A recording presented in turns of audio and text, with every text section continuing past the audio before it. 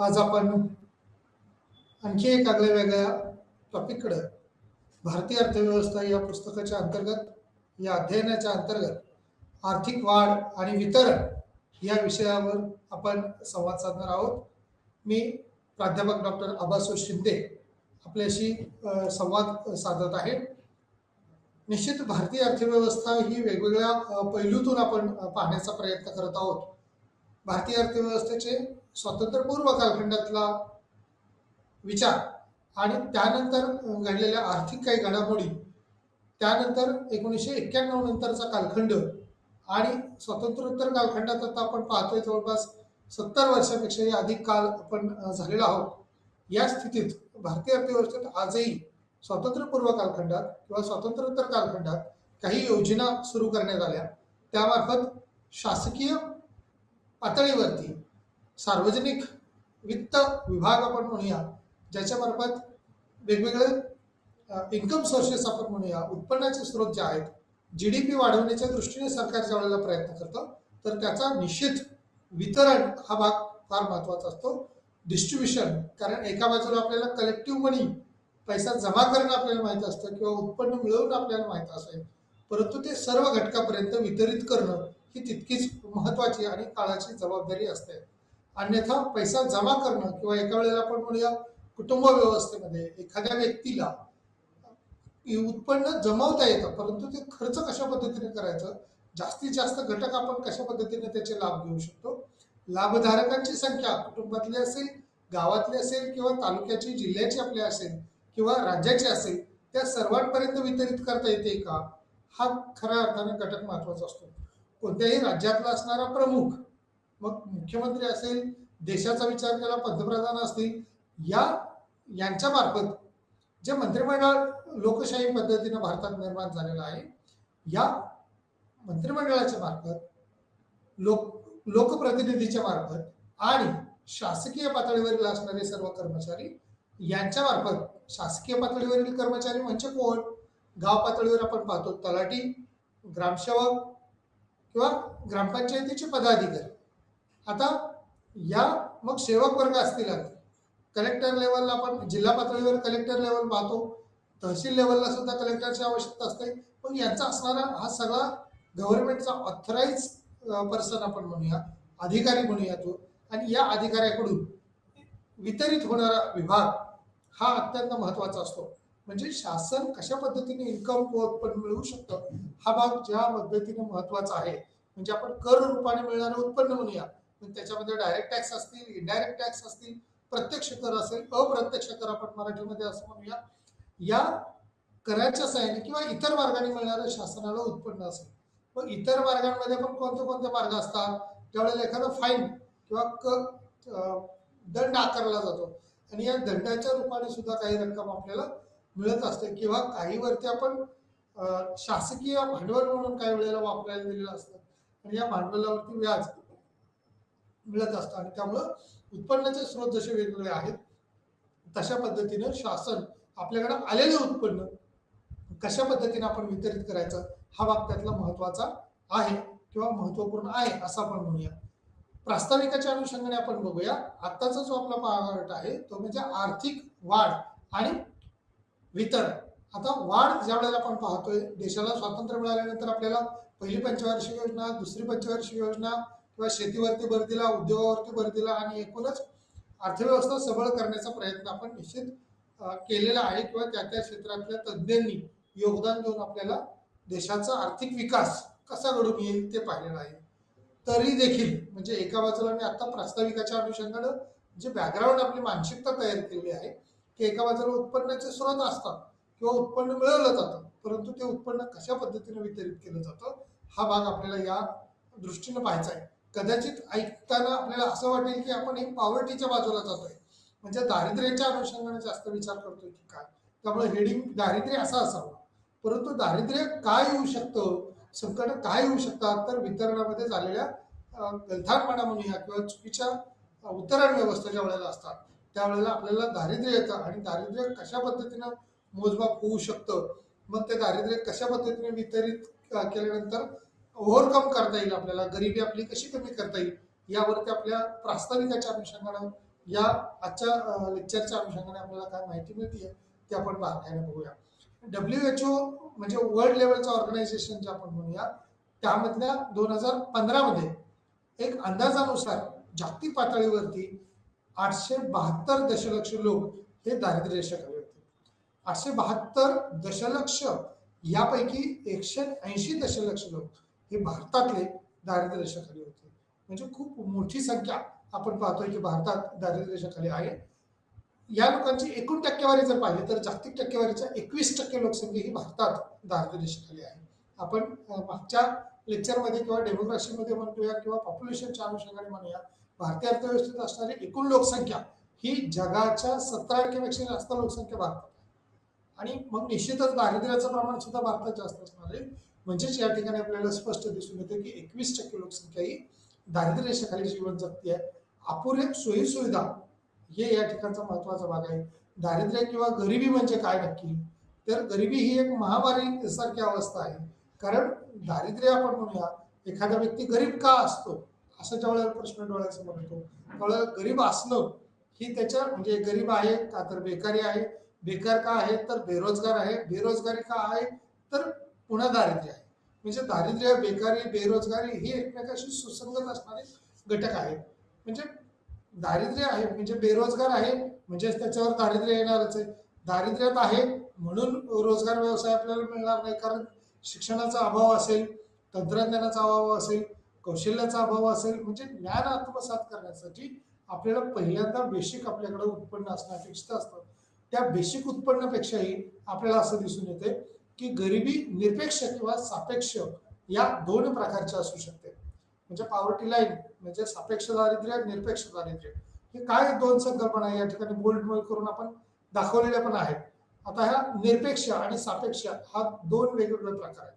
म्हणजे या दोन वेगवेगळ्या प्रकारापैकी एक आपला असू शकतो. निरपेक्ष म्हणजे काय, ज्याच्याकडं मूलभूत गरजा भागवण्या पुरता देखील या ठिकाणी आपल्याला दिसून येतं बघा, मूलभूत गरजा पुरेशा होऊ शकतील एवढं सुद्धा उपजीविकेसाठी जे लागणारं साधन किंवा अर्थार्जन म्हणूया आपण, पैसे म्हणूया आपण, तेवढं नसतं त्यावेळेला त्याला निरपेक्ष दारिद्र्य असं म्हणतात. म्हणजे मूलभूत गरज काय असेल तर प्रत्येक व्यक्तीची एक वेळेला इतर गोष्टी कोणत्याही नसल्या तरी चालतील, पण आपल्याला पोटभर अन्न नसेल, पोटभर आपलं जेवण झालेलं नसेल किंवा किमान आपल्याला जीवन जगता येतंय किंवा जिवंत राहण्या एवढं सुद्धा आपल्याकडे जर अन्न नसेल तर मग अन्नामध्ये कुठलेही प्रकार असो परंतु ते शरीरासाठी आपण म्हणूया ते शरीर जिवंत राहण्यासाठी आपल्याला किमान मूलभूत आहार हा असणं गरजेचं आहे. मग मूलभूत इतर गोष्टी पण म्हणूया, अन्न, वस्त्र, निवारा, पाणी या मूलभूत गरजा आहेत मानवाच्या, परंतु त्याच्यामध्ये मूलभूत आपण नक्की आपण असं म्हणूया की अन्न ही गरज फार प्राथमिक आहे, फार महत्वाची आहे. सापेक्ष म्हणजे काय आहे तर तुलनात्मक आहे. म्हणजे इथं आपली तुलना केली जाते, म्हणजे एकाची दुसऱ्याबरोबर तुलना केली जाते, त्यावेळेला तो सापेक्ष दारिद्र्यामध्ये आहे. आता बरेच जण बघा आपण सगळेजण मोबाईल वापरायला लागलेलो आहोत आणि मोबाईल वापरणाऱ्यांमध्ये असं दिसून येते की एकाकडे 10,000चा आहे तर दुसऱ्याकडे 15,000चा आहे. मग 10,000 आणि 15,000चे दोन मोबाईल ज्यावेळेला आपण दोन व्यक्तीकडे पाहतो वेगवेगळ्या व्यक्तीकडे, त्यावेळेला त्याच्या तुलनात्मकरित्या जो 10,000 रुपयाचा मोबाईल वापरतो तो सापेक्ष दारिद्र्यामध्ये आहे आणि जो जास्त किमतीचा किंवा चांगल्या दर्जाची एखादी बाब वापरत असेल तर तो तुलनात्मकरित्या दारिद्र्यात नाही किंवा दारिद्र्याच्या पातळीच्या बाहेर आहे असं म्हटलं जातं. म्हणजे सापेक्ष हे याच्यामध्ये कोणी असू शकतं, मग विकसित देश असतील किंवा इतर बाबी सुद्धा असू शकतील त्याच्या अनुषंगाने. मग हे सापेक्ष दारिद्र्य असणं हे विकसित देशात आहे, परंतु भारताचा विचार केला तर निरपेक्ष दारिद्र्याचं प्रमाण हे खूप मोठं आहे असंही आपल्याला दिसून येतं. कारण एकूण दारिद्र्यामध्ये आपल्याला 21% वाटा हा जागतिक पातळीमध्ये आहे, तो खूप जास्त आहे. तो किंबहुना तो कमी होणं किंवा खाली येणं अपेक्षित आहे. 180 दशलक्ष लोक हे 2015ला दारिद्र्यात होते. 2011च्या आकडेवारी ज्यावेळेला आपण लोकसंख्येची पाहिली त्यावेळेला 102 कोटी आपली लोकसंख्या होती किंवा 2001ला आपली 102 कोटी लोकसंख्या होती. 2011ला आपली लोकसंख्या जी आहे ती 121 कोटीपर्यंत गेली आणि 2015 पर्यंत निश्चितपणे ही लोकसंख्या 130 कोटीच्या आसपास असेल किंवा 127-28 कोटीपर्यंत तरी असेल. त्यापैकी 180 दशलक्ष लोक हे बेकारीमध्ये किंवा दारिद्र्यामध्ये असणारे आपल्याला दिसत आहेत. आता यानंतर आपण बघूया निरपेक्ष दारिद्र्य म्हणजे काय किंवा गरिबी म्हणजे काय. निरपेक्ष अन्नासारख्या मूलभूत गरजा पूर्ण करण्यासाठी आवश्यक साधनांचा अभाव आहे. म्हणजे जिथं अन्न सुद्धा मी आता म्हणालो तशा पद्धतीनं की अन्न खरेदी करण्यासाठी मग कोणत्या पद्धतीचं आपण अन्न म्हणूया.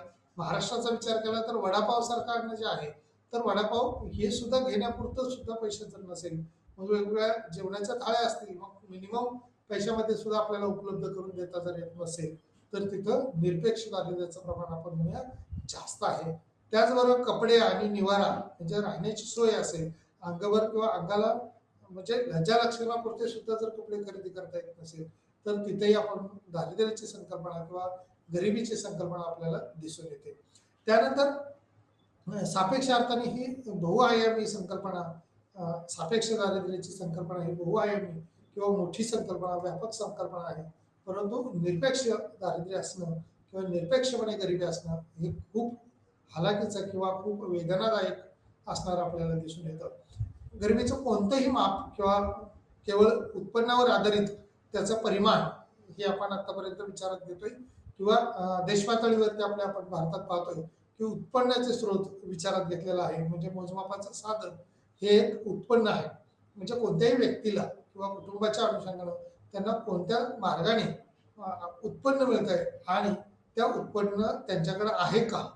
एखाद्या वेळेला आपण असं म्हणूया की जर दारिद्र्यात आहे किंवा गरिबीत आहे की नाही हे मोजायचं जर असेल आणि उत्पन्नाचे स्रोत आपण विचारात घेतले आणि एखादा माणूस जंगलामध्ये राहत असेल त्याला तिथले फळं खायला मिळत असतील फ्रुट्स आपण फलाहार म्हणतो एक स्टँडर्ड मराठी शब्दाचा जर विचार केला तर फलाहार जर मिळत असेल आणि त्याची उपजीविका त्याच्यावर होत असेल तर कदाचित त्याला पैशाची त्या ठिकाणी गरज नसेल. परंतु हे अपवादात्मक आपण विचार करतोय. परंतु खरेदी करण्यासाठी किंवा वस्तू घेण्यासाठी त्याच्याकडे पैसे असणं हे अपेक्षित आहे. काही वेळेला अपवादात्मक स्थितीत असं शक्य आहे की जंगलामध्ये असेल अरण्यामध्ये असेल किंवा प्रदेशामध्ये वेगवेगळे असतील तर त्या ठिकाणी त्यांना कदाचित त्या वस्तू मोफत मिळालेल्या असतील तर तिथेही गरिबीचं मोजमाप आपल्याला निरपेक्ष दारिद्र्यामध्ये मोजता येणार नाही. परंतु मोजमापाचं एक साधन म्हणून या ठिकाणी वेगवेगळ्या विचारवंतांनी वेगवेगळ्या तज्ज्ञांनी वेगवेगळ्या कमिट्यांनी समित्या वेगवेगळ्या देशपातळीवर स्थापन झालेल्या जसं WHO ची संघटना सांगितली आपण तशा पद्धतीच्या ज्या संस्था आहेत त्यांनी दारिद्र्याचं मोजमाप करण्यासाठी उत्पन्न किंवा पैसा किंवा रुपये आपण म्हणूया देशात विचारात घेतलेलं एक साधन आहे. त्यानंतर दारिद्र्य किमान जीवनमान दर्शवते. किमान जीवनमानाचा दर्जा प्रत्येकाला खात्रीलायक किंवा एक खात्री देणारं जीवन उपजीविका जी आहे ती याच्यातून मिळते का ते पाहता येत आहे. गरिबीत जगणारे जे लोक असतात म्हणजे त्याची गणना करताना मगाशी सांगितलं तसं पद्धतीने गरीब हा अति गरीब होत चाललेला आहे कारण त्याला उत्पन्नाचं स्रोत किंवा उत्पन्नाचं साधन नसतं कारण त्याच्यावर कोणी विश्वास ठेवत नाही किंवा कामाची अपेक्षा केली तर एखाद्या गरीबाकडून त्याचं जीवन जगणंच शक्य नसेल तर त्याच्याकडून कामाची किंवा शारीरिक कष्टाची आपण अपेक्षा करू शकत नाही. बौद्धिक कष्ट हे तर दूरचीच बाब आहे. उपाशीपोटी जसं की मी आता या ठिकाणी आपल्याला या विषयावरती बोलताना लेक्चर देण्यासाठी माझा पुरेसा आहार जर झालेला नसता तर मला हे बोलणं शक्य झालं नसतं किंवा तुम्ही ऐकत आहात तर ऐकणाऱ्याला हे शक्य झालं नसतं कारण पुरेसा आहार जर नसेल तर आपल्याला बसता येणार नाही उठता येणार नाही बोलता चालता काही कुठलीही कृती जी आहे ती आपल्याला करता येणार नाही. त्यामुळं मिनिमम आपली उपजीविका ही पूर्ण होणं अपेक्षित आहे. उत्पन्नाच्या दृष्टिकोनातून त्याची संख्या म्हणून नमूद केली आहे. मूलभूत गरजांच्या खरेदीसाठी दररोज काही रुपयांची किंवा काही पैशांची आपल्याला गरज असते. दररोज म्हणण्यापेक्षा आपण असं म्हणूया की महिन्याकाठी आठवड्याकाठी आपल्याला काही वस्तूंची खरेदी करावी लागते आणि ते जर आपल्या कुटुंबामध्ये घरामध्ये आपल्या आणून ठेवलं तर त्याच्या आधारावरती आपली उपजीविका करता येऊ शकते. आता दारिद्र्याच्या ज्या काही वेगवेगळ्या संकल्पना आहेत त्याचे मानक मोजमापाचं जे साधन आहे ते वेगवेगळं आहे. प्रत्येकाला ते भिन्न स्वरूपाचं आहे. त्यामुळे निश्चित असं म्हणता येणार नाही की हेच साधन वापरलं तर हे गरिबी मोजता येऊ शकते किंवा दारिद्र्य मोजता येऊ शकतं. त्यानंतर ग्रामीण भागाचा जर विचार केला शहरी आणि ग्रामीण भागाचा विचार या ठिकाणी मांडलेला आहे. अर्थात ही आकडेवारी 1973-74 मध्ये आहे आणि ग्राहकाच्या वर्तनावर आधारित असा अंदाज त्यावेळेला काढलेला आहे आणि तो जो काही सर्वे आला होता त्या सर्वेच्या अनुषंगाने मिळालेली माहिती ही या ठिकाणी मांडलेली आहे. कमीत कमी आपण उदाहरणासाठी असं म्हणूया की पहिल्यांदा समजून घेण्याचा बेसिक विचार करूया. एखादा व्यक्ती टू व्हीलर चालवतो, एखादी फोर व्हीलर चालवतो, त्याची फोर व्हीलर किंवा त्याला लागणारे टू व्हीलर तो किती अंतर चालवू शकेल, तर त्या व्यक्तीची असणारी कपॅसिटी ही वेगळा पार्ट आहे. आणि दुसरी गोष्ट त्या गाडीच्या इंजिन किंवा त्या चाकीमध्ये असणारं पेट्रोल, त्याच्यात असणारं ऑइल हे किती आहे. समजा मी 1 लिटर टाकून एखादी स्प्लेंडर गाडी असेल, कोणत्याही कंपनीची तुम्ही वापरत असाल गाडी, ती गाडी किती किलोमीटर जाऊ शकते, तर 60 किलोमीटर एवढी गाडी जाऊ शकते. समजा टू व्हीलरच्या बाबतीत आपण विचार करूया. फोर व्हीलरच्या बाबतीत एखादी गाडी इंजिनमध्ये ऑइल टाकल्यानंतर किंवा आताचं सीएनजी असेल किंवा इतर काही इलेक्ट्रिक बाईक्स असतील, समजा किती चार्जिंग केल्यानंतर किती कालासाठी तुमची गाडी पुढे जाईल याचा विचार त्या ठिकाणी महत्वाचा आहे. म्हणजे जर समजा मी पेट्रोलवरच्या गाडीचा विचार केला आणि 1 लिटरभर पेट्रोल जर मी समजा टाकलेलं असेल, तर ती गाडी माझी 50 किंवा 60 किलोमीटर जाते आणि 60व्या किलोमीटरला ती गाडी मात्र जाग्यावर थांबवणार, कारण त्याचं पेट्रोल संपलेलं असेल. तशाच पद्धतीनं ग्रामीण भागामध्ये दररोज 2400 कॅलरीज एवढा आहार प्रति व्यक्ती, मग तो प्रौढ व्यक्तीच्या अनुषंगाने म्हटले म्हणजे 18 वर्षापेक्षा जास्त वय असणार, परंतु ही आकडेवारी 1973-74 मधली आहे. त्या आधारावरती ग्रामीण भागामध्ये 2400 कॅलरीज एवढा उष्मांक घेणे, एवढा किमान अर्थार्जन म्हणूया त्याचं उत्पन्न असणं अपेक्षित आहे, किंवा त्याला तेवढं 2400 कॅलरीज एवढा जर उपभोग मिळत असेल तर ग्रामीण भागामध्ये तो व्यक्ती दारिद्र्याच्या वरती आहे, किंवा तेवढाही जर घेता येत नसेल तर तो दारिद्र्यामध्ये आहे किंवा दारिद्र्यात जीवन जगतोय असं म्हटलं जातं. त्यानंतर शहरी भागात जर विचार केला तर शहरी भागात राहणीमानाचा दर्जा विचारात करता, दर्जा हा शब्द खरं तर खूप मोठा आहे, परंतु शहरामध्ये खूप कष्टाची कामं नसतात, हार्डवर्क नसतात, त्याच्यामुळे किमान 2100 कॅलरीज एवढं जर ऊर्जा निर्माण करणारं, कॅलरीज आहार निर्माण करणारं जर मिळत असेल तर तो दारिद्र्याच्या बाहेर आहे असं म्हटलं जातं. पण तेवढाही मिळत नसेल आणि त्यामध्ये जर कमी असेल तर तो व्यक्ती किंवा संस्था ती तो घटक दारिद्र्यामध्ये आहे असं म्हटलं जातं. ग्राहकाच्या वर्तनावर आधारित त्या ठिकाणी म्हणजे व्यक्ती त्या त्या कालखंडामध्ये कशा पद्धतीने जीवन जगत होते आणि त्या वर्तनावर आधारित सुद्धा काही वेळेला व्यक्तीकडे उत्पन्न असतं परंतु ते खर्च करत नाही आहे, त्यावेळेला ते दारिद्र्यामध्ये राहणं सुद्धा काही वेळेला पसंत होऊ शकतं. अर्थात मेजॉरिटी किंवा जास्तीचे 99.99% लोक हे दारिद्र्यातून बाहेर निघण्याचा प्रयत्न करतात, आपलं उत्पन्न वाढवण्यासाठी प्रयत्न करतात, आपल्या उपजीविका ज्या आहेत ते वेगवेगळ्या प्रकारच्या करून 2400 कॅलरीज पेक्षा जास्त कसं उष्मांक घेता येईल, ऊर्जा कशी निर्माण करता येईल शरीराची आणि कार्यक्षमता आपली कशी वाढवता येईल यावरती भर देत असते. सरासरी ग्राहक खर्च जो आहे तो 49 रुपये असणं अपेक्षित आहे. म्हणजे दरडोई प्रत्येक व्यक्तीला कमीत कमी 49 रुपये तरी उत्पन्न असेल तर आपल्या गरजा त्या पूर्ण करू शकतात. आणि ग्रामीण भागात जर विचार केला तर तो 57 रुपये एवढं, म्हणजे ग्रामीण भागात थोडं जास्तीचा खर्च, सॉरी, ग्रामीण भागात 49 रुपये आणि शहरी भागामध्ये 57 रुपये विचारात घेतलेला आहे. परंतु कॅलरीज शहरी भागामध्ये जर पाहिलं तर आपण उलट 2100 कॅलरीज असं दिसत आहे आणि शहरी भागात ग्रामीण भागामध्ये कॅलरीच्या 2400 कॅलरीज एवढं दिसत आहे. म्हणजे 49 रुपये म्हणजे खर्च कमी लागेल ग्रामीण भागामध्ये, कारण कमी किमतीमध्ये किंवा त्या त्या एरियामधलं उत्पादन असेल त्याचा फायदा त्यांना होईल.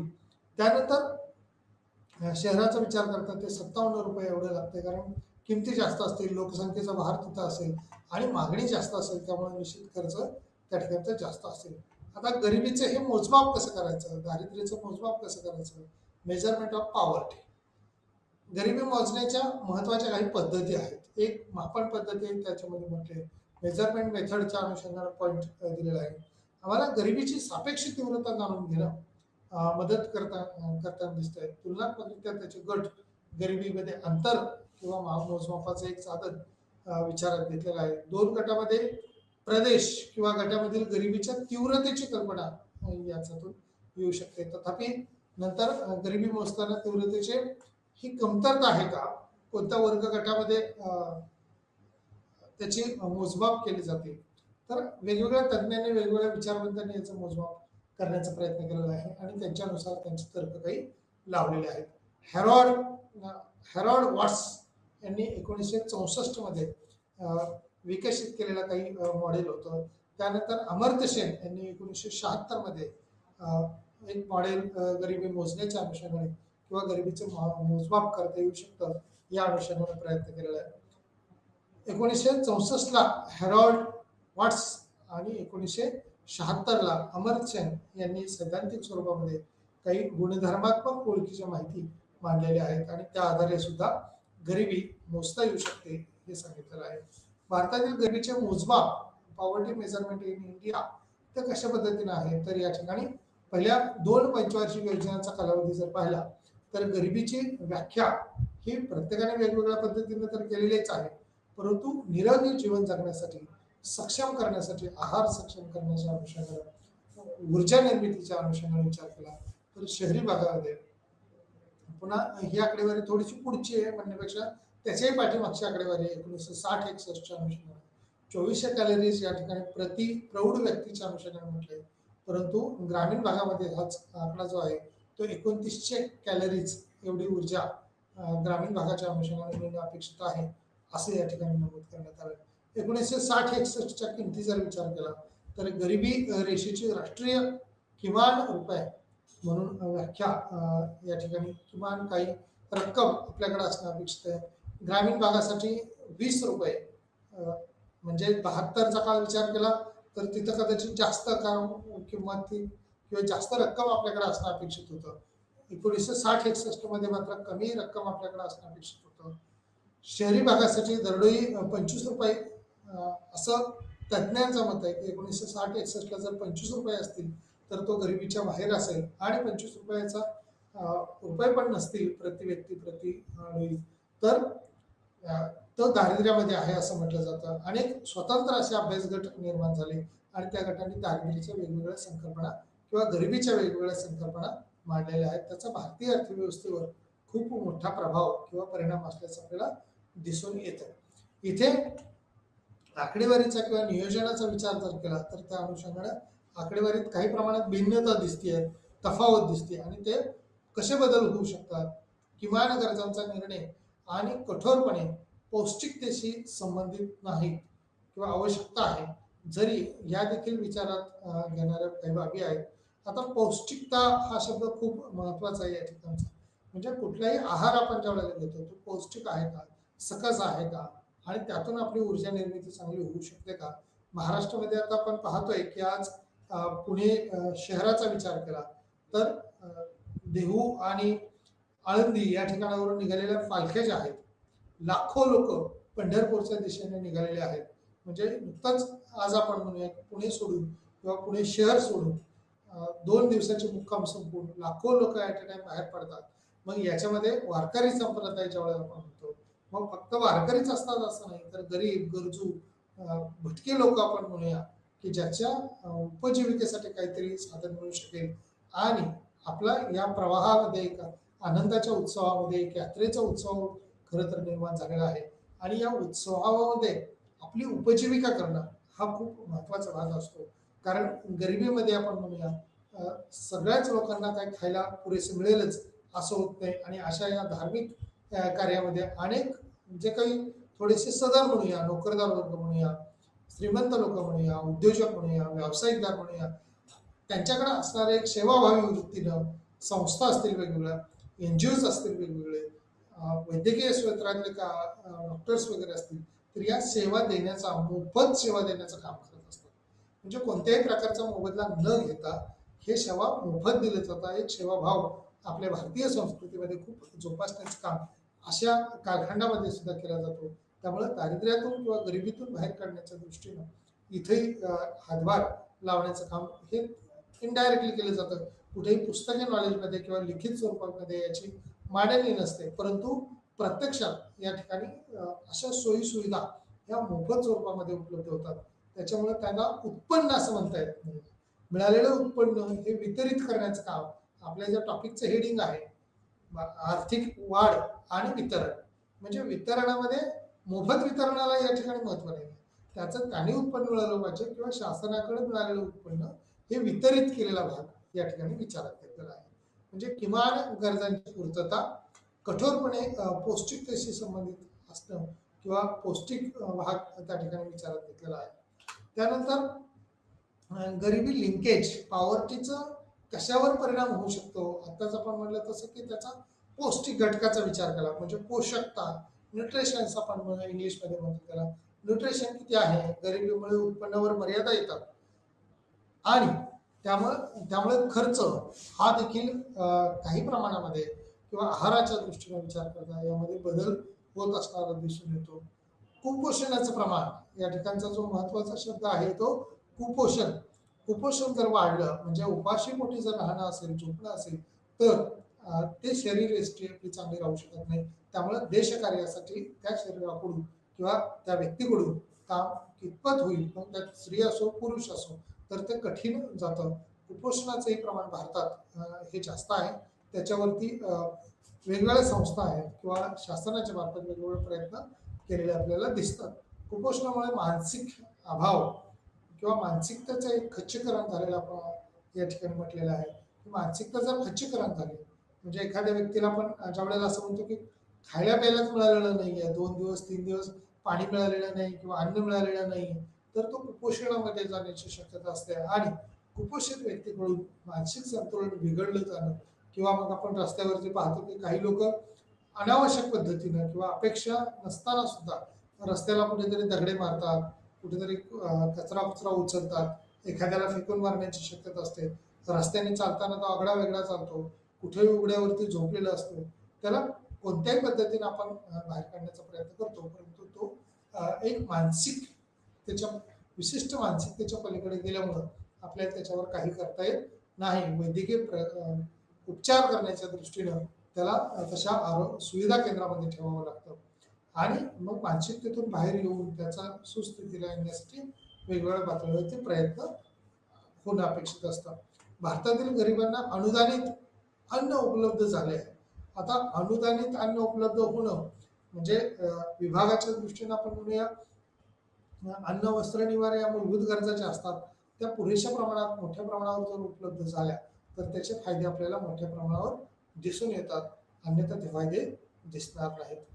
सार्वजनिक वितरण प्रणालीद्वारे परिणामी खिशात धान्याची टंचाई असली तरी अजूनही अस्तित्वात आपण म्हणूया की धान्य हे अपुरं पडत आहे आणि त्यामुळं दुष्काळाच्या स्थितीमध्ये अवर्षण स्थितीमध्ये असेल, पूरजन्य स्थिती असेल, अशा वेळेला आपल्याला अन्न वस्त्र निवारा या मूलभूत गरजा ची मोठ्या प्रमाणावरती मागणी करावी लागते असं दिसून येतो. वर्षानुवर्षे घसरण होत असताना अन्नाची किंवा अन्न पदार्थांचे गुणवत्तापूर्ण अन्न हे जर पोषक घटक जर मिळत असतील, मग दूध असेल, अंडी असेल, पौष्टिकतेकडचा विचार करता हे घटक मिळणं अपेक्षित आहे. अन्नावरील काही घरगुती आपला खर्च जो आहे तो खर्च सुद्धा प्रमाणापेक्षा खूप कमी असतो. म्हणजे इतर खर्चाचा विचार करता मूलभूत गरजावरचा अन्नावरचा खर्च हा आपला कमी आहे. गरिबामध्ये किंवा विशेषतः गरिबीचे रेषेखाली असणारे किंवा दारिद्र्य रेषेखाली असणाऱ्या लोकांना अनेक समस्यांना सामोरं जावं लागतं. 1975 पासून सरकारने एकात्मिक विकास योजना सुरू केली आहे. विकास सेवा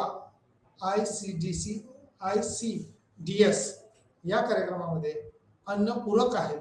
संपूर्ण देशातील मुले आणि गर्भवती आणि स्तनदा महिलांना प्रदान केले जाते. म्हणजे या शासकीय योजनेच्या मार्फत विकास योजना जी आहे ICDS, तर या योजनेच्या मार्फत गर्भवती महिला असतील, मुले असतील, म्हणजे लहान मुले आपण म्हणूया, स्तनदा माता असतील, तर यांना अन्नधान्य मोफत पुरवण्याचं काम किंवा विशिष्ट प्रकारचा आहार आपण म्हणूया तो सरकारी दवाखान्याच्या मार्फत, प्राथमिक आरोग्य केंद्राच्या मार्फत हा पुरवण्याचं काम सरकारच्या मार्फत केलं जातं किंवा सरकार अशा पद्धतीनं गरिबी दूर करण्यासाठी पोषक घटक कसा पोहोचेल याकडे प्रयत्न करतात. आता या पोषक घटकाच्या अनुषंगाने खूप बाबी खरं तर बोलता येतील. वेगवेगळे आहार म्हणजे आपण काय खावं आणि काय खाऊ नये. नेहमी असं म्हटलं जातं की एखादा वडापाव खायचा असेल तर त्याला महाराष्ट्रामध्ये आता म्हणजे 5 रुपयापासून तो 20 रुपयापर्यंत मिळतो. बरोबर आहे. 5 रुपयापासून तो 20, 25, 30 किंवा अगदी 50 रुपयापर्यंत स्टँडर्ड वडापावचा जर विचार केला तर तो झालेला किंवा असलेली किंमत आपल्याला दिसते. आपण सरासरी पकडूया की 15 रुपयाला जर वडापाव आपल्याला मिळत असेल, सरासरी खूप कमीही नाही आणि खूप जास्तही नाही.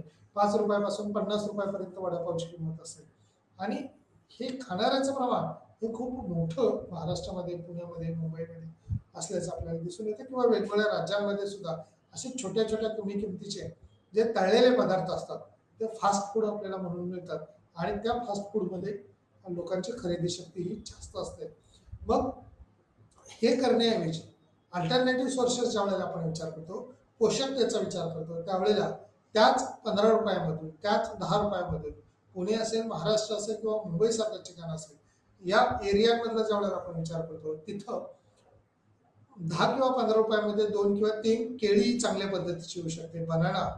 आणि ह्या केळी जर खरेदी केली, ॲपल जर खरेदी केला, एक ॲपल जर 15 रुपयाचा खरेदी केला, तो भले 100 रुपये किलो असतील, 150 रुपये किलो असतील आणि त्याच्या 1 किंवा 2 क्वांटिटीचा विचार करून 15-20 रुपयापर्यंत जर खरेदी केला, तर तो शरीरासाठी पोषक किंवा पौष्टिक घटक होऊ शकतो. म्हणजे जी पोषकता आपण ज्यावेळेला एक गरिबीच्या पातळीवरती विचार करतोय, सर्वसामान्य पातळीचा विचार करतोय, त्यावेळेला मध्यमवर्ग आणि उच्च मध्यमवर्गांसाठी सुद्धा हा अत्यंत महत्त्वाचा असणारा घटक आहे. म्हणजे दुष्काळजन्य स्थितीतच केवळ असं केलं पाहिजे असं नाही, तर आपल्याकडे असणारं काही साधन जे आपण म्हणूया ते सर्वांपर्यंत पोहोचलं पाहिजे. सरकार 1975 पासूनच एखाद्या योजनेच्या मार्फत ICDCS म्हटलं त्या ठिकाणी मुलांसाठी असेल, गर्भवती ज्या महिला आहेत किंवा लहान बालकांना दूध देणाऱ्या महिला ज्या आहेत, तर त्यांच्यासाठी दूध वाढण्याच्या दृष्टीनं म्हणजे आईचं दूध आपण म्हणूया की बालकाला 6 महिने वर्षभर मिळावं या अपेक्षेनं त्या महिलेला खाण्यासाठी किंवा त्या आईला आपण म्हणूया खाण्यासाठी वेगवेगळे घटक देण्याचा प्रयत्न केला जातो. त्यामध्ये ज्या गर्भवती महिला आहेत म्हणजे बिफोर बाय बर्थ आपण म्हणूया, जन्म देण्याच्या अगोदरची जी स्थिती असते 8 महिने, 9 महिने, 7 महिने, तर त्या कालखंडात सुद्धा आहार कसा पोषक राहील तो प्राथमिक आरोग्य केंद्राच्या मार्फत दिला जातो. आणि याच्यावरती शासनाचा किंवा आपण या ठिकाणी असं म्हटलं की जन्म देणाऱ्या बालकाच्या कालखंडाचा विचार करता एकूण त्याच्यावरचा खर्च हा 30% अधिक खर्च हा शासन करण्याचा प्रयत्न करते, परंतु ते गरीब गरजूपर्यंत पोहोचणं अपेक्षित आहे. सुमारे हा एकूण खर्चाचा अर्धा खर्च हा कुपोषणाच्या अनुषंगाने होत असतो. म्हणजे मुलामध्ये उच्च कुपोषणाचे प्रमाण हे प्रामुख्याने आहे. कमी जन्म पावणाऱ्या किंवा जन्म देण्याचं प्रमाण सुद्धा या गरिबांच्या कालखंडामध्ये घसरू शकतं किंवा घसू शकतं. परंतु त्याच गरिबीमध्ये लोकसंख्या जन्माला येणं सुद्धा वेगवेगळ्या कारणांमुळे असेल हे जास्त प्रमाण होऊ शकतं. मुलामध्ये उच्च कुपोषणाचे प्रमाण हे प्रामुख्याने आहे आणि जन्म, वजन आणि खराब अर्भक आणि बालकांना आहार काळजी घेण्याच्या दृष्टीने किंवा त्या पद्धतीत बदल करणं ही काळाची गरज निर्माण झालेली आहे. त्यामुळे पोषकता हा घटक आपला महत्त्वाचा आहे. त्यानंतर पत किंवा क्रेडिट आपण म्हणूया, कारण कोणतीही वस्तू खरेदी करण्यासाठी आपल्याला पैशाची गरज असते आणि हा जो पैसा आपल्याला पुरेशा प्रमाणात उपलब्ध झाला नाही, तर त्या पैशाच्या शिवाय आपल्याला काही करता येऊ शकत नाही. आर्थिक उदारीकरणाच्या नंतर सेवांचा विस्तार झाला आहे. सक्षम वित्तपुरवठा जो आहे तो मोठ्या प्रमाणावर होणं अपेक्षित असतं. सुरुवातीला हा एक सकारात्मक विकास मानला जात होता, परंतु कालांतराने समाजातील गरीब घटकावर त्याचा भार हा वाढलेला आहे किंवा त्याचा विचार करणं अपेक्षित आहे. तथापि तेथे चांगले प्रवेश असल्याशिवाय किंवा त्या ठिकाणी प्रचलित लोकसंख्या जी आहे ते गरिबांचं ऋण कसं कमी करता येईल किंवा कर्ज त्यांच्यावरचं असेल तर ते कसं कमी करता येईल त्या दृष्टीने सरकारनं प्रयत्न करणं अपेक्षित असतं. वेगवेगळ्या सोयीसुविधा जर उपलब्ध केल्या, वाढवल्या तर त्याचा निश्चित त्यांना फायदा होत असतो. सूक्ष्म उद्योग उभारा आणि त्याच्या गरिबीवर आळा घालण्यासाठी प्रयत्न करा. पत किंवा पैसा निर्माण करायचा असेल तर सूक्ष्म उद्योग, थोडासा टफ शब्द आहे सूक्ष्म उद्योग. आता सूक्ष्म उद्योग याला पर्याय शब्द आपण असंही म्हणू शकतो. लघु उद्योग असतील, कुटीर उद्योग असतील, असे उद्योग व्यवसाय जर सुरू केले, निवडले तर त्याचा फायदा हा त्या कुटुंबाला गरिबीतून किंवा दारिद्र्यरेषेतून बाहेर काढण्यासाठी होत असतो प्रामुख्याने. आता गरिबीतून बाहेर निघण्यासाठी जर एखाद्या कुटुंबाने, कुटुंब प्रमुखाने काही निर्णय घेऊन चांगल्या पद्धतीच्या योजना आखल्या तर त्याचा फायदा त्यांना होतो. आणि छोट्या घटकातून मग अगदी महात्मा गांधीजींनी सांगितल्याप्रमाणे सुती धागा विणणं, चरख्यावरती धागा विणणं हे सुद्धा काम घरगुती करता येतं आणि या धागा विणण्याच्या कामामधून किंवा त्या कामाच्या अनुषंगाने मिळालेलं उत्पन्न हे आपल्या कुटुंबावरती खर्च करता येतो. अन्न वस्त्र निवारा या मूलभूत गरजा आपल्या भागवल्या तर आपण गरिबीतून किंवा दारिद्र्यातून बाहेर निघू शकतो. त्यामुळे सूक्ष्म उद्योगावरती शासन काही योजना आखून खर्च करण्याचा प्रयत्न करत असतं किंवा होत असल्याचं आपल्याला दिसतं. त्यानंतर इन्शुरन्स विमा उतरवण्याच्या अनुषंगाने जर विचार केला तर कमी उत्पन्न असलेल्या लोकांसाठी तृतीयक आरोग्य सेवा बऱ्याचदा खूप महाग असते. आता तृतीयक आरोग्य सेवा प्राथमिक क्षेत्र ज्या वेळेला आपण म्हणतो त्यावेळेला शेतीतल्या वस्तू असतील, शेतीमाला असेल, दुय्यमचा विचार करता उद्योग क्षेत्रातल्या वस्तू असतील. पण तृतीयक मध्ये आरोग्य क्षेत्राचा जर आपण विचार केला, वैद्यकीय क्षेत्राचा जर विचार केला तर त्या ठिकाणच्या सेवा या खूप महाग, दिवसेंदिवस त्याच्या किमती वाढत असल्याचं दिसतंय. तर त्या अनुषंगाने तृतीयक आरोग्य सेवा हा घटक महत्वाचा आहे. त्या अनुषंगाने कशी वाढ होऊ शकते, आरोग्य सेवांची आवश्यकता आहे आणि उपचार केले जात नाहीत किंवा ते सोडून दिले जातात. मग अपुरे भांडवल जर असेल किंवा पैसा नसेल, वरच्या पॉईंटमध्ये आपण पत म्हणलं क्रेडिट जर नसेल तर आपल्याला उपचार घेणं शक्य होत नाही. त्यामुळे आरोग्यविषयक सोयीसुविधा या गरिबीत असताना त्याला सामोरं जावं लागतं. पत म्हणजे पैशाला सामोरं जावं लागतं. विमा इन्शुरन्स म्हणजे अशा व्यक्तीकडून विमा कवच घेणं हे सुद्धा कठीण असतं किंवा त्याचे विम्याचे हप्ते भरणं हे अपेक्षित असतं आणि हे जर भरले वेळेवरती तर त्याचे फायदे खूप चांगले होऊ शकतात. उदाहरणासाठीच इथं काय म्हटलेलं आहे बघा, हृदयविकार असेल, कर्करोग असेल, ज्या रोगांना झालेले आहेत अशा रोगांचे उपचार हे जे इन्शुरन्स घेतलेले लोक आहेत त्यांना मोफत स्वरूपामध्ये या सुविधा मिळू शकतात किंवा हे उपचार चांगल्या पद्धतीने होऊ शकतात. हृदयविकार, हार्ट अटॅक जसं हे म्हटलेलं आहे तसं वेगवेगळ्या विमा पॉलिसीज आपण म्हणूया, त्या पॉलिसीच्या मार्फत आपलं कुटुंब किंवा आपल्यावरती येणारे संकट, अचानक पडणारा आजार याच्यातून आपण बाहेर निघू शकतो किंवा त्याचं त्याच्या शासकीय पातळीवरती विम्याच्या मार्फत काही सुविधा ह्या दिलेल्या असतात. पोस्ट ऑफिसच्या मार्फत सुद्धा काही आरोग्यविषयक विमे जे आहेत ते उतरवले जातात मोठ्या प्रमाणावरती.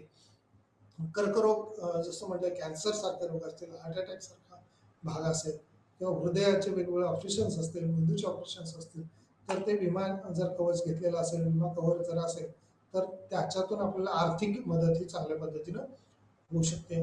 भारतासारख्या गरिबीचे प्रमाण जास्त असलेल्या देशामध्ये मोठ्या प्रमाणावर बदल सध्या होत असल्याचं आपल्याला दिसतंय किंवा होताना आपण पाहतोय.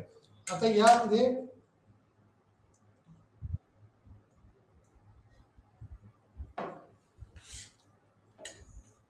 अनौपचारिक व्यवस्था, अर्थव्यवस्थेच्या वेळेला पाहतो, इनफॉर्मल इकॉनॉमिक्स ची अवस्था जी आहे ती कशा पद्धतीने आहे ते आपल्याला पाहणं अपेक्षित आहे.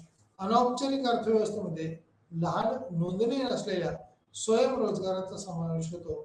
औपचारिक क्षेत्रातील जर पाहिलं बाबी तर त्या असुरक्षित स्वरूपाच्या असतात. म्हणजे औपचारिक आणि अनौपचारिक. औपचारिक असेल तर त्याला शासकीय मान्यता असते, जसं कायम नोकरीमध्ये आपण म्हणतो तशा पद्धतीनं. जे घटक औपचारिकरित्या एका बाजूला असतात त्याचा समाजातल्या इतर अनेक घटकांना त्याचे फायदे होत असतात.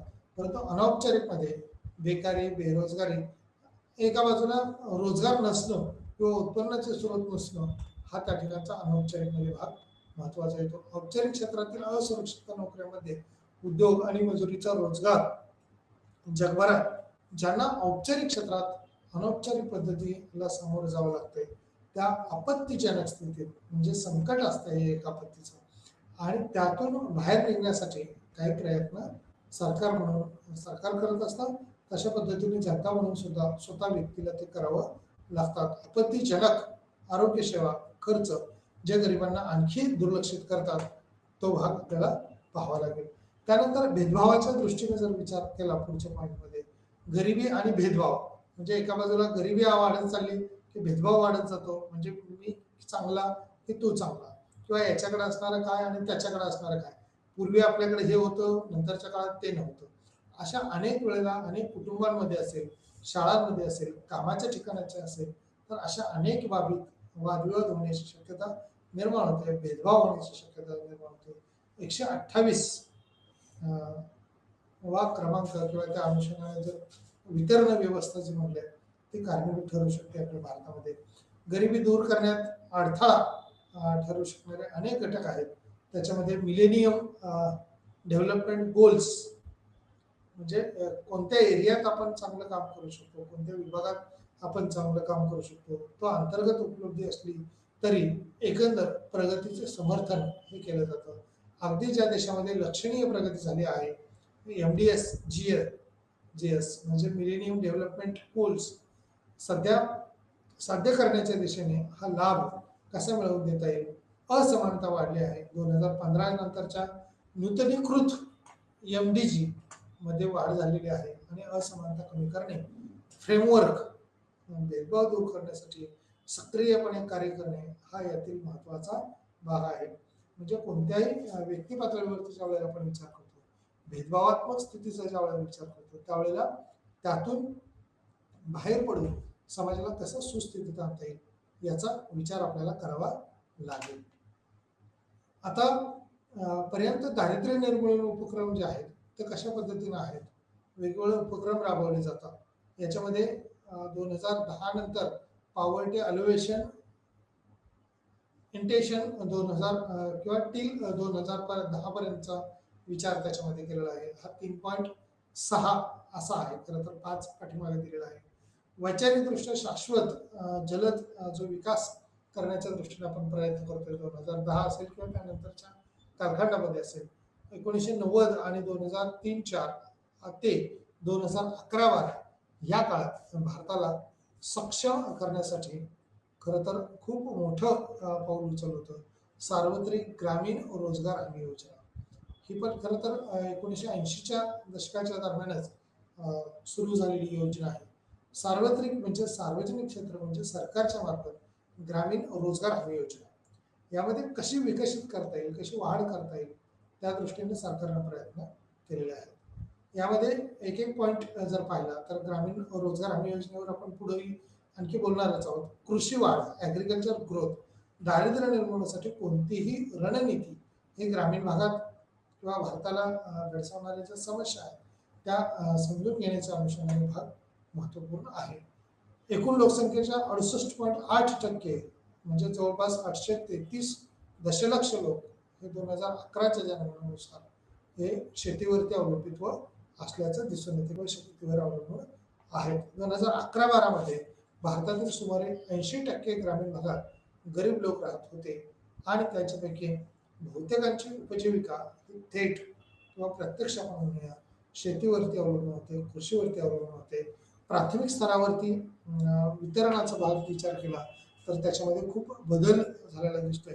कारण शेती आणि शेतीपूरक व्यवसायाचं प्रमाण हे आता भारतात वाढलेलं आहे. 2000च्या नंतर देखील जर आपण विचार केला तर फळबाग लागवडीचा कार्यक्रम सुद्धा मोठ्या प्रमाणावर झालेला आहे.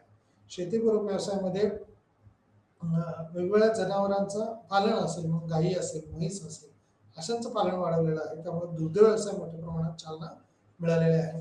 त्याच्याही अगोदरचा थोडासा विचार केला तर कुक्कुटपालनाचा देखील मोठ्या प्रमाणावर भारतात विकसित झालेला आहे. म्हणजे कृषी आणि कृषीपूरक व्यवसाय याचाही विकास मोठ्या प्रमाणावरती होतोय किंवा चांगली वाढ आपल्याला झालेली दिसून येत आहे.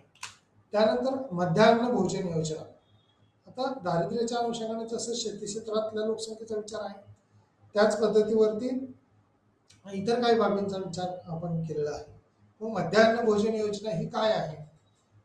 MDMS ही केंद्र सरकारची योजना खरं तर आहे.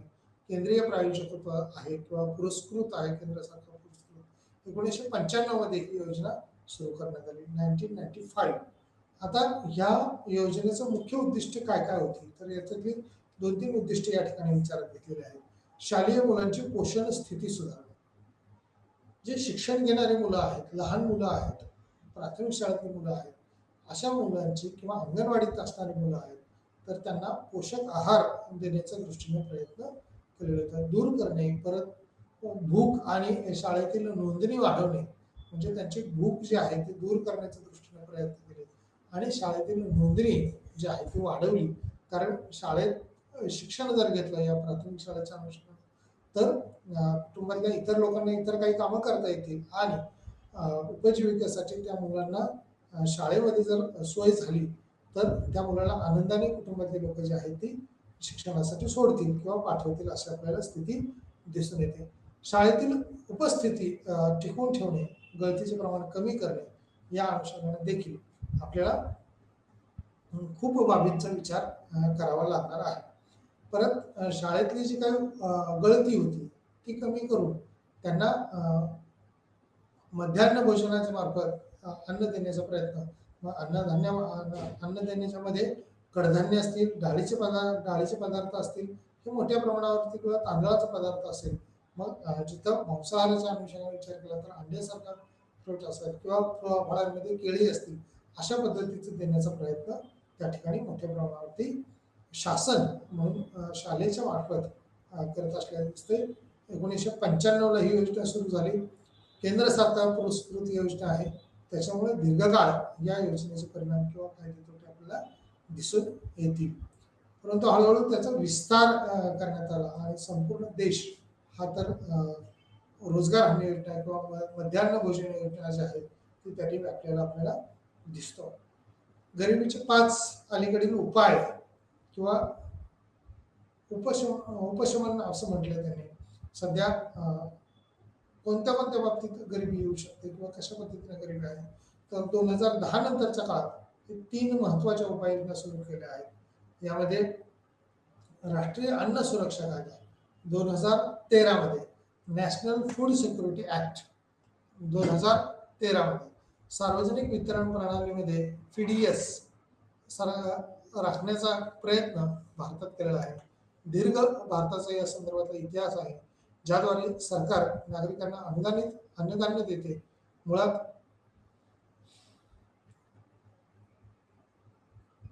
सार्वत्रिक वितरण प्रणालीचा विचार ज्यावेळेला आपण करतो त्यावेळेला तो मोठ्या प्रमाणावरती झालेला आपल्याला दिसून येतो आणि त्याचे फायदे आपल्याला दिसतात. अन्नधान्य उपलब्ध करणं किंवा सोयी सुविधा उपलब्ध करणं या दृष्टीने देखील प्रयत्न होत आहेत. थेट लाभ हस्तांतरणाचा विचार जर आपण केला तर 2 प्रमुख साधने या ठिकाणी आपल्याला विचारात घ्यावी लागणार आहेत. एक, जनधन बँक खातं. सरकार जनधन बँक खात्याच्या मार्फत सोयी सुविधा आपल्याला मोठ्या प्रमाणावर देण्यासाठी हे जनधन खातं आपलं बायोमेट्रिक कनेक्ट करून ग्रामीण भागात असो किंवा शहरी भागात असो गरीब गरजूंना स्वस्त धान्य दुकानाच्या मार्फत अन्नधान्य वितरण करत असल्याचं दिसतं. शिधा वाटप करताना जनधन खातं किंवा आधार कार्ड आपण म्हणूया याच्या सहाय्याने काय करता येऊ शकतं किंवा काय फायदे घेता येऊ शकतात तर वेगवेगळ्या योजना ज्या शासकीय आहेत. आता आपण बघतोय की पंतप्रधान आवास योजनेच्या मार्फत लोकांना कमी किमतीत घरं देण्याचा प्रयत्न हा दुसऱ्या पॉईंटमध्ये आपण पाहणारच आहोत. परंतु जनधन बँक खाते जर असतील तर त्यांना संकट काळामध्ये प्रति कुटुंबाच्या अनुषंगाने एखाद्या कुटुंबाला 2,000 रुपये अकाउंटवरती त्या ठिकाणी दर 3-3 महिन्यांनी त्या ठिकाणी दिले गेले. म्हणजे 2-2 हजारांनी जर विचार केला तर साधारण 12,000 रुपये किंवा महिन्यात 2 महिन्याला 3 महिन्याला गरज वाटेल त्यावेळेला सरकार तशा पद्धतीने मदत आपली वाढवू शकतं.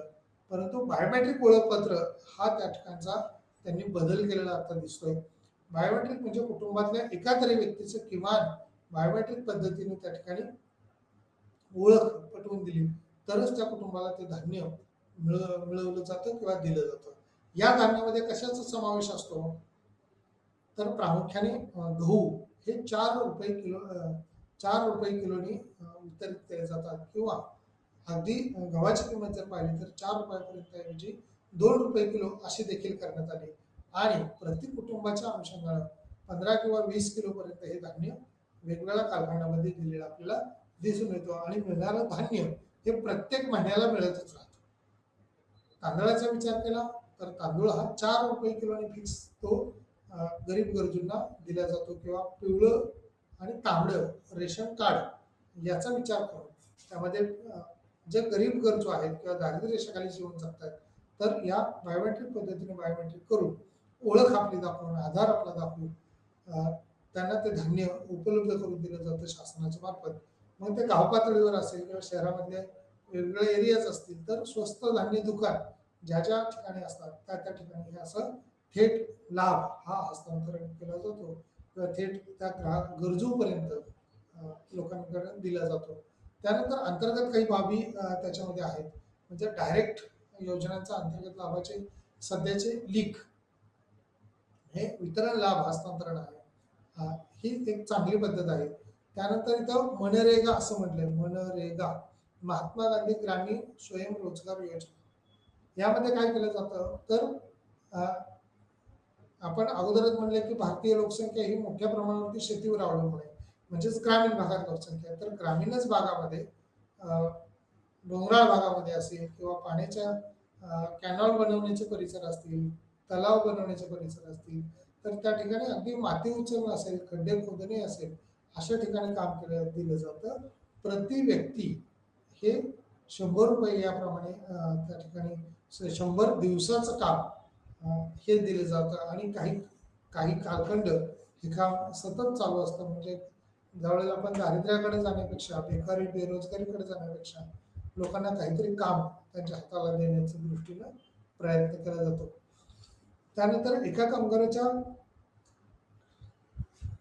नोंदणीच्या अनुषंगाने काही लोकांना जास्त काम उपलब्ध करून दिलं जातं आणि त्या कुटुंबाचा गरजा त्या वाढण्याच्या अनुषंगाने प्रयत्न केला जातो. परंतु प्रत्येकाला म्हणजे मागेल त्याला काम या मनरेगाच्या अंतर्गत देण्याची तरतूद ही सरकारने केलेली आहे. किंवा गरिबी ज्यावेळेला येते, बेकारीचं संकट ज्यावेळेला येतं, त्यावेळेला त्यांना रोजगार उपलब्ध करून जर नाही दिला तर लोक बेघर होतील, रस्त्यावरती फिरतील, अनावश्यक पद्धतीने चोऱ्या असतील, लूटमार असेल ही वाढेल, दरोडे आपण म्हणूया, चोऱ्या दरोड्या किंवा दुसऱ्याकडून एक लुबाडून घेण्याची वृत्ती जी आहे ती वाढू शकते. त्याच्यामुळं मनरेगा सारखी योजना असेल किंवा इतर काही योजना असतील तर त्यातून सरकार स्वस्त धान्य दुकानाच्या मार्फत सरकार हे अनेक सोयी सुविधा पुरवण्याचं काम हे जनतेपर्यंत करत असल्याचं आपण पाहतो.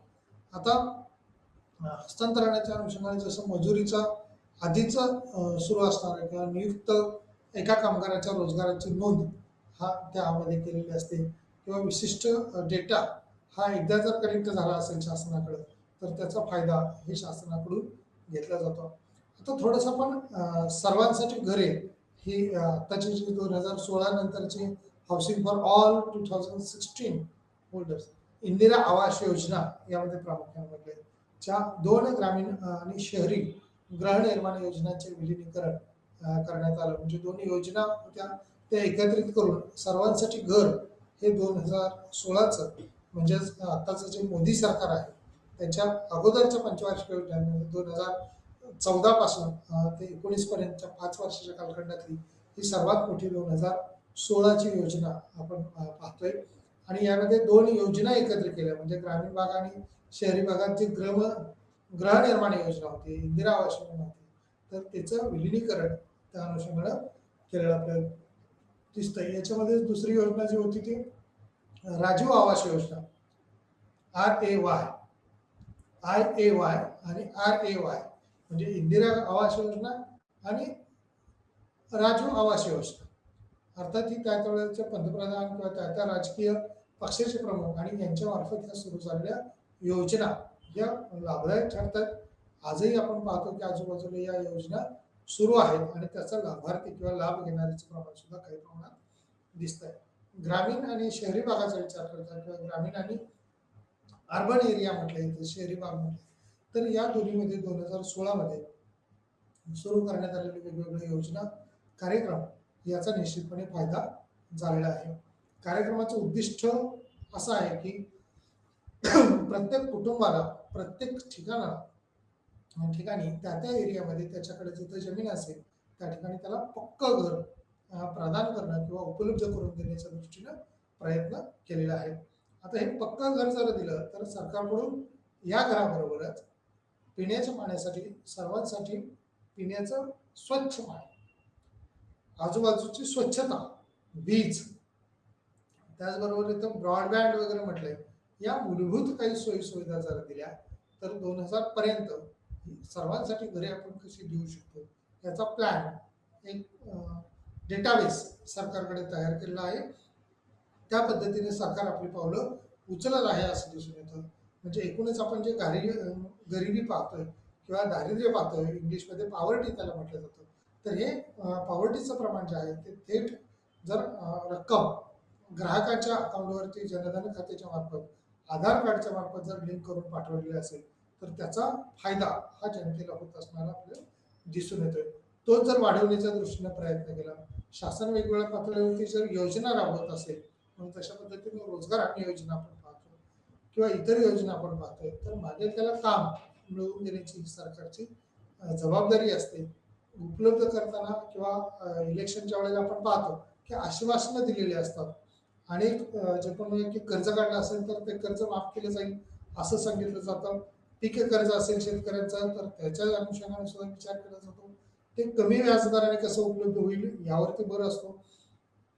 ते माफ केलं नाही तर त्या कुटुंबावरती, त्या शेतकऱ्यावरती किंवा दुष्काळासारखी परिस्थिती ज्या वेळेला येते तर त्यावेळेला त्यातूनही जनतेला कसं बाहेर काढता येईल या दृष्टीने सरकार छोट्या मोठ्या योजना हे त्या त्या कालखंडामध्ये, आपत्ती कालखंडामध्ये हे राबवत असतं आणि प्रत्यक्ष त्या डिझास्टरवर, त्या आपत्तीवर एक चांगला उपाय करण्याचा प्रयत्न करतात. परंतु हे कितीही आपण जरी विचार केला या संदर्भातले जे पॉवर्टीतून बाहेर काढण्यासाठीचे प्रयत्न केले, गरिबीतून बाहेर काढण्याचा प्रयत्न केला, तरी पण व्यक्ती हा स्वतः त्या गरिबीतून बाहेर निघण्यात जेवढा इच्छुक असतो, स्वतः जेवढी धडपड करतो, त्यातून जे बाहेर निघणारं पोटेन्शियल आपण म्हणूया ते खूप चांगलं असतं किंवा सक्षम पद्धतीने बाहेर निघू शकतं. परंतु कुठून तरी तात्पुरतं आपण म्हणूया एखाद्याच्या हातापायाला ज्या वेळेला जखम होते आणि त्यावेळेला त्याच्यावरती मलमपट्टी लावलेली असते. आता ही मलमपट्टी ही तात्पुरत्या स्वरूपाची असते. जखम ही आपल्या त्वचेवरती दिसून येत असते आणि आपण जर आहार घेतला, चांगल्या पद्धतीचा पोषक आहार घेतला तर त्या आहाराच्या मार्फत ही जखम आतून भरून येऊ शकते किंवा जिथं आपली जखम झालेली आहे त्या आतूनच जर भक्कम झाली तर मग वरच्या पट्टीची आपल्याला गरज नसते, ती पट्टी आपण काढून टाकतो. म्हणजे तात्पुरत्या स्वरूपाची मलमपट्टी लावणं आपण म्हणूया, हे करण्याऐवजी शासनाने भरीव अशी गुंतवणूक हे बेकारी दूर करण्याच्या अनुषंगानं, बेरोजगार आहे किंवा रोजगार निर्मितीच्या अनुषंगानं वाढवणं अपेक्षित आहे. आत्ताच्या ज्या सगळ्या सुविधा वाढलेल्या आहेत त्या ऑनलाईन पद्धतीच्या आपण म्हणून त्या वाढलेल्या आहेत. त्याच्यावरती होणारा खर्च म्हणजे जसं शिक्षणाकडं सर्वसामान्याला वेळेला गरिबांना आपण विचार करत होतो किंवा म्हणत होतो की शाळेत मुलांना पाठवायचं असेल तर ठीक होतं. आम्हाला सवय होती की मुलं प्राथमिक शाळेला आजूबाजूला जात होती आणि तिथं शाळेत काही कमी किमतीमध्ये पुस्तकं मिळत होती किंवा मोफत पुस्तकं मिळत होती आणि प्राथमिक शाळा ही सक्तीची आणि मोफत शासनाने केलेली आहे. मग त्याच्यामुळे शिक्षणाकडे ओघ होता आणि काही कालखंडानंतर त्याच मुलांना मुलींना चांगल्या नोकऱ्या उद्योग व्यवसाय मिळेल अशा अनुषंगाने प्रयत्न केले गेले. परंतु या 2 वर्षात आपण जर पाहिलं तर कोविड पॅन्डेमिक कालखंडामध्ये आपल्याला अशा संकटांना सामोरं जावं लागलं की आपल्याला शाळेपर्यंत जाणे नाही.